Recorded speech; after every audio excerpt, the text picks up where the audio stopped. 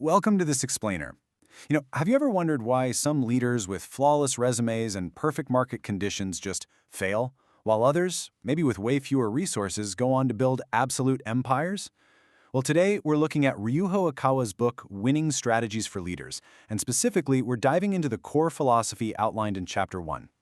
We're going to unpack a concept that sounds super simple on the surface, but is actually incredibly profound when you apply it to real-world leadership. It's the absolute, non-negotiable necessity of a burning sense of mission. So if you're looking to understand what truly separates transformative, world-building leaders from everyday, competent managers, you are in the exact right place. Let's explore what it really takes to lead.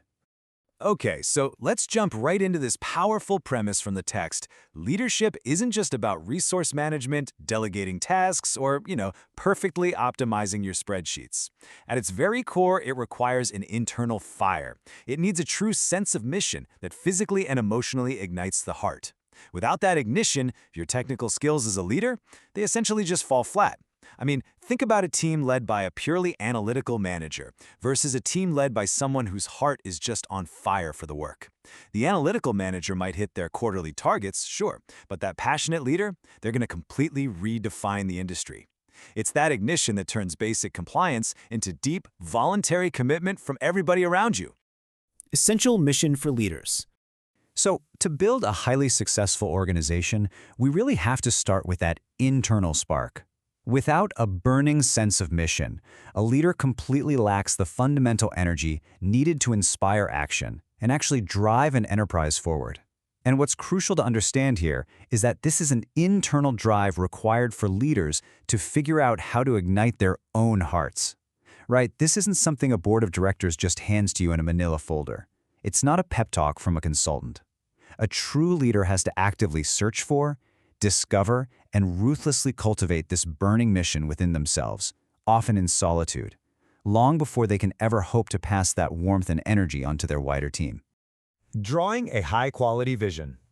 But that internal fire can't just be blind energy. It requires really sharp direction. A leader has to actively construct what the text calls a high-quality vision for the future. And the most critical action verb here is that you must intentionally pull that reality towards you. You aren't just painting a pretty picture of the future and, waiting patiently for the universe to deliver it to your doorstep. You have to act like a magnet. Just think of a leader who confidently rejects a mediocre, highly profitable short-term deal simply because it doesn't align with the ultimate future they're building. They are actively, magnetically pulling that specific high-quality reality toward their present circumstances through literally every single decision they make. Significance of company and self. So how do you ensure that your high-quality vision isn't just some delusion? Well, you anchor it in reality through a pretty brutal existential stress test. A leader has to relentlessly ask two fundamental questions to establish a true purpose for their work. First, why is our company necessary? Imagine if your organization completely vanished at midnight tonight. Would the world wake up tomorrow and genuinely miss something valuable? Or would they just move on to a competitor without a second thought? Second question, why am I necessary? What specific, irreplaceable gravity do you as the leader bring to this whole equation? Continually confronting these two questions strips away the ego, right? It sharpens your vision and ensures your mission is rooted in genuine service and absolute necessity. Extraordinary enthusiasm. Once you survive that existential stress test and firmly answer those foundational questions, your drive naturally shifts into something way more intense. We're moving beyond standard dedication here and entering the realm of embracing an almost irrational, extraordinary level of enthusiasm. We're no longer talking about just showing up on time, working hard, and doing a good job. No, we're talking about a level of passion and dedication that might actually seem kind of abnormal or even deeply unsettling to the average outside observer. When you're attempting to build something of massive scale and impact, standard logic and moderate effort simply won't cut it. You need a commitment that entirely defies standard expectations. Let's picture a scenario for a second. Say your organization hits a massive, seemingly insurmountable brick wall. Maybe it's a sudden market crash or a catastrophic supply chain failure.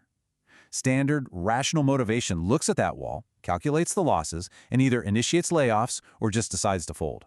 But extraordinary enthusiasm? It treats that brick wall as a mere detour. It acts as the ultimate, inexhaustible energy source. It's this specific, overflowing enthusiasm from leadership that fuels rapid, almost miraculous development out of a crisis, giving you the sheer stamina needed to overcome massive barriers. Ultimately, it is this exact energy source that forms the definitive dividing line between stagnant companies and thriving, wildly successful enterprises. Learning from fundamental philosophy. Finally, we really have to ask, where exactly does a leader source this profound level of motivation, this unwavering high-quality vision, and this seemingly bottomless well of extraordinary enthusiasm? Well, the text outlines a really fascinating progression.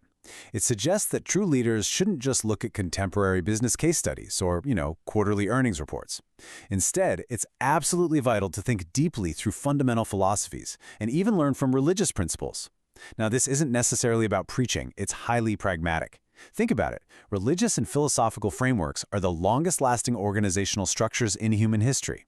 They've successfully mobilized human hearts and sustained massive coordinated efforts across millennia.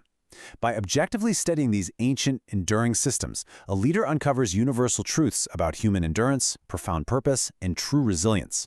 You then take those massive, time-tested levers and apply them directly to your organizational leadership. That's how you forge a foundation that is practically unshakable. As we wrap up this explainer, let's just trace the journey we've taken today. We started with the absolute need for an internal spark, built that into a high-quality vision, grounded it in deep existential significance, fueled it with extraordinary, kind of abnormal enthusiasm, and finally, anchored the entire structure in time-tested fundamental philosophy. Now, I really want you to reflect on your own organizational journey. Look closely at the systems you currently manage, the future you're pulling toward you, and the people you lead every single day. Look inward and ask yourself the ultimate question: does your mission truly ignite your heart? Because if the answer is anything less than an absolute yes, well, it might be time to step back, rethink your fundamental philosophy, and find that extraordinary enthusiasm just waiting to be unlocked. Thanks so much for joining me on this deep dive, and keep asking those big questions.